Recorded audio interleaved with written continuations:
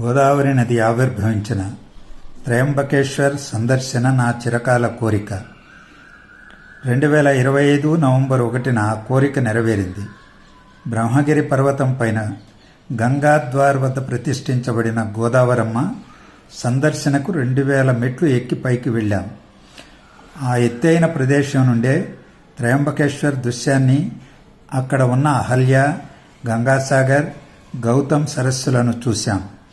Google map ప్రకారం గోదావరి నది అహల్య సరస్సు నుండి ఉద్భవిస్తున్నది. ఏ నది మూలం కోసమైనా వెతకడం వృధా ప్రయాస అన్నది ఒక నానుడి. గోదావరి విషయంలో ఇది ముమ్మాటికి నిజం. బ్రహ్మగిరి పర్వతంలో గోదావరి నది ఆవిర్భవించింది. గోదావరి నదికి ఒకే మూలాన్ని నిర్ధారించడం సంక్లిష్టమైన అంశమే.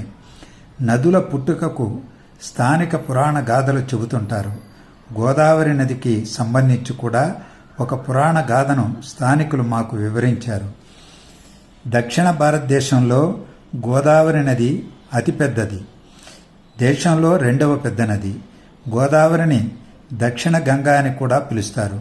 గోదావరి మహారాష్ట్రలోని నాసిక్ జిల్లా త్రయంబకేశ్వర్ సమీపంలోని పశ్చిమ కనుమల్లో బ్రహ్మగిరి కొండల్లో అరేబియా సముద్రానికి 80 కిలోమీటర్ల దూరంలో, సముద్ర మట్టానికి 3500 అడుగుల ఎత్తులో సహ్యాద్రి ప్రాంతంలో ఉద్భవించింది. పశ్చిమ కనుమల నుండి తూర్పు కనుమల వరకు దక్కన్ పీఠభూమి మీదుగా ప్రవహిస్తున్నది. మహారాష్ట్ర, తెలంగాణ, ఆంధ్రప్రదేశ్ రాష్ట్రాల గుండా 1465 కిలోమీటర్ల పొడవునా ప్రవహించి రాజమహేంద్రవరానికి దాదాపు 97 కిలోమీటర్ల దూరంలో బంగాళాఖాతంలో కలుస్తున్నది. తెలుగునాట గోదావరి నది పొడవు దాదాపు 772 కిలోమీటర్లు.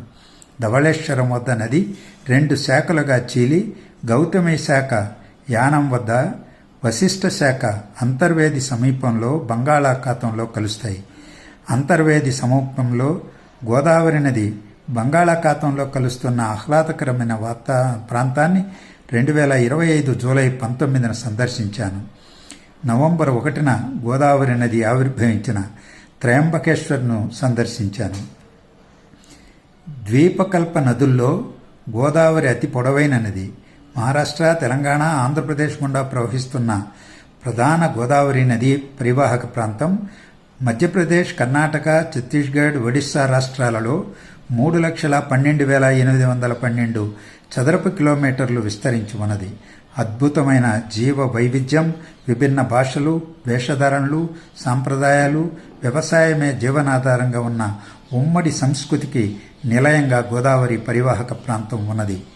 గోదావరి మూలం నుండి 64 కిలోమీటర్ల దూరంలో, ఇగత్పురికి 13 కిలోమీటర్ల దూరంలో ఉన్న కులాంగ్ కొండల్లో ఉద్భవించిన దారణ ఉపనది దారణ సంగ్వి వద్ద కుడివైపు నుండి గోదావరిలో కలుస్తున్నది. దారణ నదిపై నిర్మించిన భవాలి ఆనకట్టను మేము అక్టోబర్ 31న సందర్శించాం. దారణ సంగ్వికి దిగువన కడన ఉపనది ఎడమవైపు నుండి గోదావరిలో కలుస్తున్నది. అకోలా కొండలలో ఉద్భవించే ప్రవర, మూల ఉపనదులు కలిసి ఎడమవైపు నుండి 217 కిలోమీటర్ల వద్ద కలుస్తాయి. 555 కిలోమీటర్ల వద్ద పూర్ణ, దుధ్నా ఉపనదులు సంయుక్తంగా కలుస్తాయి.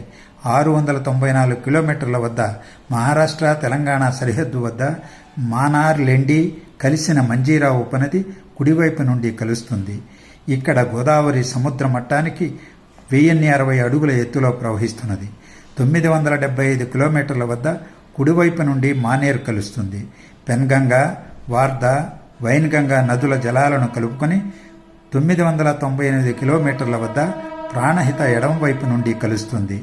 ప్రాణహిత సంగమం వద్ద ఎత్తు సముద్ర మట్టానికి 312 అడుగులు. 1046 కిలోమీటర్ల వద్ద ఇంద్రావతి ఎడమవైపు నుండి కలుస్తుంది. గోదావరికి చివరి ఉపనది శబరి 1265 కిలోమీటర్ల వద్ద ఎడమవైపు నుండి కలుస్తుంది. శబరి నది సంగమం అయిన తర్వాత గోదావరి తూర్పు కనుమల మధ్య 600 నుండి 900 అడుగుల వెడల్పుతో ఉన్న సుందరమైన లోయ గుండా ప్రవహించి పోలవరం వద్ద దాదాపు 1.6 కిలోమీటర్ల వెడల్పుతో ప్రవహిస్తుంది. గోదావరి మూలం నుండి దాదాపు 1368 కిలోమీటర్ల దూరంలో సముద్ర మట్టానికి 30 అడుగుల ఎత్తులో సర్ ఆర్థర్ కాటన్ ధవళేశ్వరం ఆనకట్ట నిర్మించబడింది. గోదావరి బేసిన్లో కూడా నీటి కోసం పరివాహక ప్రాంతంలోని రాష్ట్రాల మధ్య ఘర్షణ వాతావరణం నెలకొని ఉన్నది. 2011లో సిడబ్ల్యూసి అంచనా ప్రకారం వార్షిక వర్షపాతంలో 85% కంటే ఎక్కువ జూలై నుండి సెప్టెంబర్ నెలలలో సంభవిస్తుంది. పరివాహక ప్రాంతంలో వార్షిక వర్షపాతం 881 మిల్లీమీటర్ల నుండి 1395 మిల్లీమీటర్ల వరకు ఉంటుంది. సగటు వర్షపాతం 1110 మిల్లీమీటర్లు. ప్రాదేశిక వైవిధ్యాలను పరిగణలోకి తీసుకుంటే కొన్ని ప్రాంతాలలో 600 మిల్లీమీటర్లు, మరికొన్ని ప్రాంతాల్లో 3000 మిల్లీమీటర్లు వార్షిక వర్షపాతం లభిస్తుంది. బేసిన్ యొక్క సగటు నీటి లభ్యత 3994 టీఎంసీలుగా సిడబ్ల్యూసి నిర్ధారించింది. 75% విశ్వసనీయత ప్రామాణికంగా నీటి లభ్యత 3121 టీఎంసీలుగా సిడబ్ల్యూసి అంచనా వేసింది.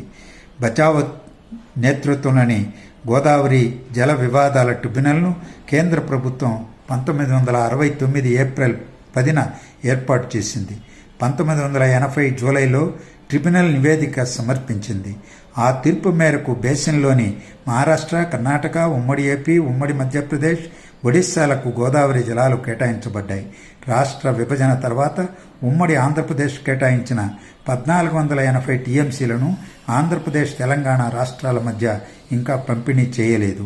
ఈ సమస్య రెండు రాష్ట్రాల మధ్య జటిలంగా మారుతున్నది. కేంద్ర ప్రభుత్వం సత్వరం 2వ గోదావరి జల వివాదాల ట్రిబ్యునల్ను ఏర్పాటు చేసి సమస్యను పరిష్కరించాలి.